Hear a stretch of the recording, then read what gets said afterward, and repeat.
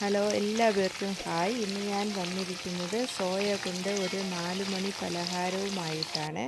ഇതെങ്ങനെ ഉണ്ടാക്കണമെന്ന് നോക്കാം. ഒരു പാത്രത്തിൽ വെള്ളമൊഴിച്ച് നല്ല തിളച്ചതിന് ശേഷം ഉപ്പും മഞ്ഞൾപ്പൊടിയും ഇട്ടിട്ട് ഈ സോയ നമുക്ക് അതിലൊന്ന് ഇട്ട് കൊടുത്ത് ഒരു നല്ല തവി കൊണ്ട് ഇതുപോലെ പ്രസ് ചെയ്ത് കൊടുത്തിട്ട് ഒരു മൂടി വെച്ച് അടച്ച് ഒരു 10 നിമിഷം നേരം ഇതുപോലെ വച്ചിരിക്കുക. സോയ നല്ല സോഫ്റ്റായിട്ട് വരും. അതിനുശേഷം ഈ വെള്ളം എല്ലാം നമുക്ക് ഒരു അരിപ്പിൽ വെച്ച് നന്നായിട്ടൊന്ന് അരിച്ചെടുക്കാം. വെള്ളത്തിൻ്റെ ഈർപ്പം പാടില്ല, എണ്ണയിലിടുമ്പോൾ പൊട്ടിത്തെറിക്കും. ഇതുപോലെ തവിയുടെ മൂട് വെച്ച് നന്നായി പ്രസ് ചെയ്ത് കൊടുക്കണം.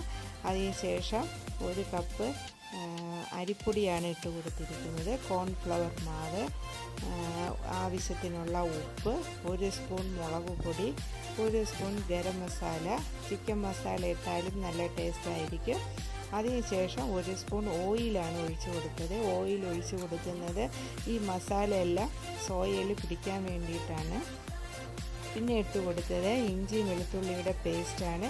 അതിനുശേഷം നന്നായി വിരവി ഒരു 5 മിനിറ്റ് നേരം നമുക്ക് വച്ചിട്ട് ചീനിച്ചട്ടിയിൽ എണ്ണ ഒഴിച്ച് തിളച്ചതിന് ശേഷം ഇതൊന്നൊന്നായി ഇട്ട് കൊടുത്ത് നമുക്ക് ഫ്രൈ ചെയ്തെടുക്കാവുന്നതാണ്.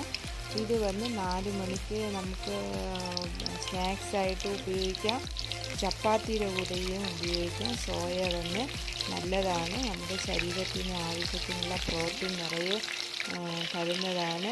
ഇത് നമുക്ക് കഴിക്കാൻ നല്ല ടേസ്റ്റാണ്. കൊച്ചു കുട്ടികൾക്കെല്ലാം ഇത് വളരെ ഇഷ്ടപ്പെടും. പിന്നെ ഒരു പ്രത്യേകതര സ്നാക്സാണിത്. ഇതുപോലെ മൂത്തതിന് ശേഷം ഇതുപോലെ നമുക്കൊരു കണ്ണാപ്പയിൽ വെച്ച് എണ്ണ ഒന്ന് തോർത്തിയെടുക്കാം. ഇതുപോലെ എടുത്തതിന് ശേഷം നമുക്കൊരു പാത്രത്തിലോട്ട് മാറ്റി വയ്ക്കാം. ഇനി ഇതിൽ 2 ചേരുവകൾ കൂടി ചേർക്കാനുണ്ട്. ഒന്ന് കരിവേപ്പിലയാണ്. കരിവേപ്പില അതേ എണ്ണയിൽ, അതേ നല്ല ചൂട് എണ്ണയിൽ തന്നെ ഇട്ട് കൊടുത്ത് നല്ല മുരിഞ്ഞിടാന് നമ്മൾ വറുത്തെടുക്കണം. കരിവേപ്പില ഒന്ന് കയ്യിലെടുത്താൽ അത് ഒടിയണ പോലെ നമുക്കൊന്ന് വറുത്തെടുക്കാം. കരിവേപ്പില ഇതുപോലെ സ്നാക്സായിട്ട് കഴിക്കാൻ നല്ല ടേസ്റ്റാണ്. അതിൻ്റെ കൂടെ നമ്മൾ കുറച്ച് വെളുത്തുള്ളി കൂടെ ചതച്ചിട്ട് കൊടുക്കാം. വെളുത്തുള്ളിയും കരിവേപ്പിലയും നല്ല ഫ്രൈ ആയി വരുന്നത് വരെ എണ്ണയിലിട്ട് ഇതുപോലെ ഒന്ന് വരട്ടി കൊടുക്കാം. കരിവേപ്പില നല്ല ഫ്രൈ ആയി വന്ന് ഇത് നമുക്ക് കണ്ണാപ്പയിൽ വെച്ച് എണ്ണ പോകുന്നത് വരെ ഒന്ന് കുലുക്കി കൊടുക്കാം. അതിനുശേഷം നമ്മുടെ സോയയുടെ പുറത്തൂടെ ഈ കരിവേപ്പിലയും വെളുത്തുള്ളിയും ഇട്ട് കൊടുക്കുകയാണ്. നമുക്ക് ഇത് സോസിൻ്റെ കൂടെയും മുക്കി കഴിക്കാം, അല്ലാതെ കരിവേപ്പിലയും വെളുത്തുള്ളിയും വെച്ച് കഴിക്കാം. ഇത് എല്ലാവർക്കും ഇഷ്ടപ്പെടുന്ന ഒരു സ്നാക്സാണ്. എല്ലാവരും ഇത് ട്രൈ ചെയ്യണം.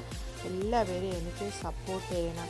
എൻ്റെ ചാനൽ കാണുന്ന എല്ലാവർക്കും എൻ്റെ വിലയേറിയ താങ്ക്സ്.